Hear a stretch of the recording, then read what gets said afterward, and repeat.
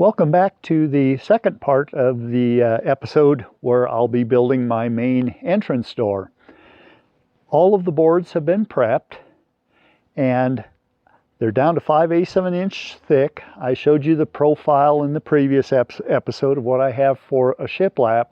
I've got about 1/8 of an inch space between each of them. They're all slightly different widths, but having that random width length actually helps to add to the historic nature of it. I have come in and checked the boards for being parallel to the plywood below it, which it is. So I am ready to lay out exactly where these boards will start in order to do my gluing up and screwing them together. First thing I need to do is find a pencil.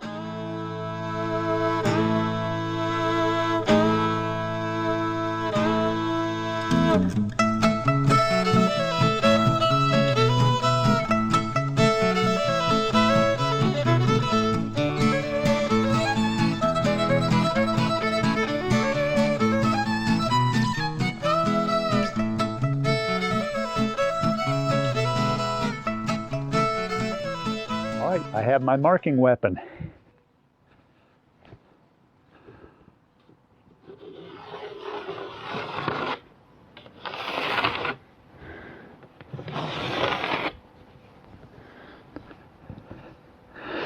So that marks the edge of my first board. The one thing I have to do is there is just a slight bow right about here, so I'm going to go ahead and add some weight to that. My handy dandy stainless steel weights here.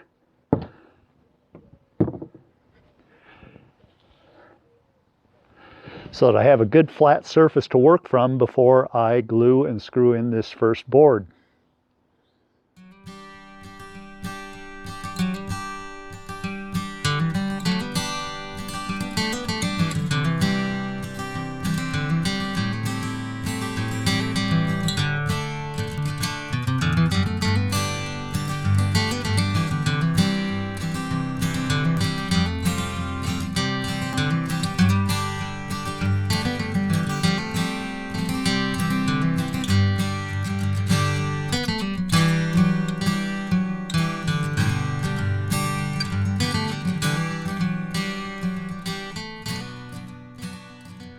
All right, this side is finished.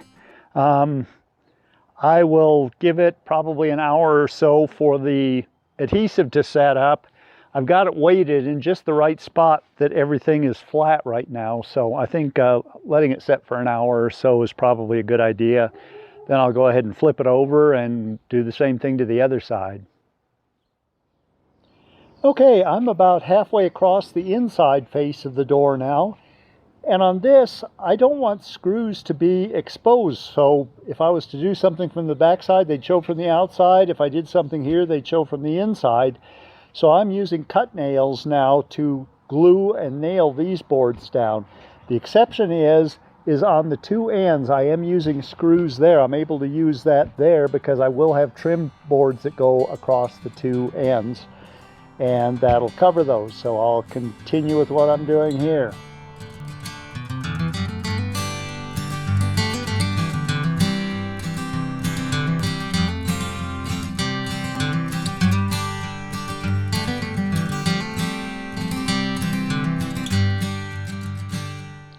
Okay, I think I will wait till in the morning, let this glue dry and cure to where nothing is going to move anymore, and then I'll go ahead and cut this door to size. And then I think that I guess on the interior side I can go ahead and put in my trim pieces. The exterior side I'll have to wait until after I have the door jamb built to do that one. I might just go ahead and flip it over and build the door jamb for it now too. I'll decide in the morning. I'll give you a closer look at what I've done. Okay, as I had said, I put in some screws across both ends and then used cut nails the rest of the way, which is what back in the 1800s they would have had to use, would be the hand cut or hand ground and pound nails that a blacksmith would have made.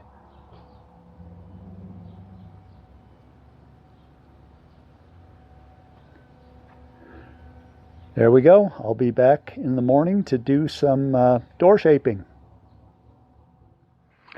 If you purchase a pre-hung or ready-to-hang door, it will come cut to size to fit everything that is associated with it. When you're doing it yourself, you can actually do a better job. What I've found with pre-hung doors is they are typically cut too small in order to make sure that they close properly and don't jam. Well, when you think about it, I'm looking at the inside of the door. The outside, of course, is on the back side. The pivot point is actually at the center of the hinge, and the hinge sticks out on the, in this case, on the inside of the door, since it's an inward swinging door. So the distance from the pivot point to here and there, if they are the same, this door in width will actually be a little bit wider here than it is there.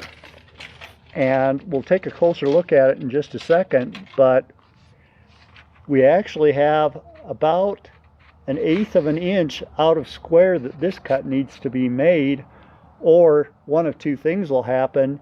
If we have this joint, finished joint, a little bit tight, it's probably going to hit here. Whereas if we cut that at that angle, we don't have to worry about that. Let's take a closer look. Okay, taking a look at it, I have it, the end of the tape measure hooked on the hinge pin on the opposite side. And from the back side of that hinge pin, looking at the pivot, we are at 36 3/8 on the inside face of the door. And striking an arc down to 36 3/8 on the outside face of the door, we have a line that isn't square. It is out of square.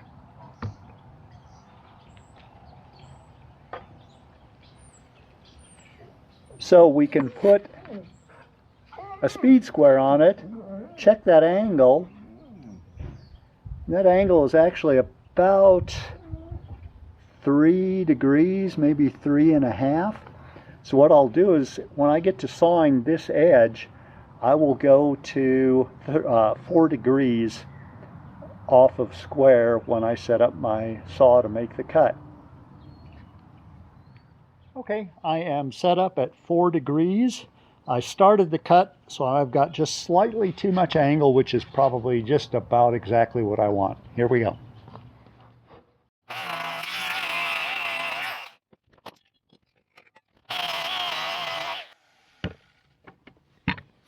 That should take care of that cut. And with the door cut to the proper size now, I think what I'll do is I'll ease the edges with a sanding block, and then we'll continue from there. Okay, I will go ahead and trim this side, and I'll probably go ahead and bore halfway through for both the lock set and the deadbolt. And then I can flip it over and be finished with the inside face of the door. Here I go. Got a couple boards to cut.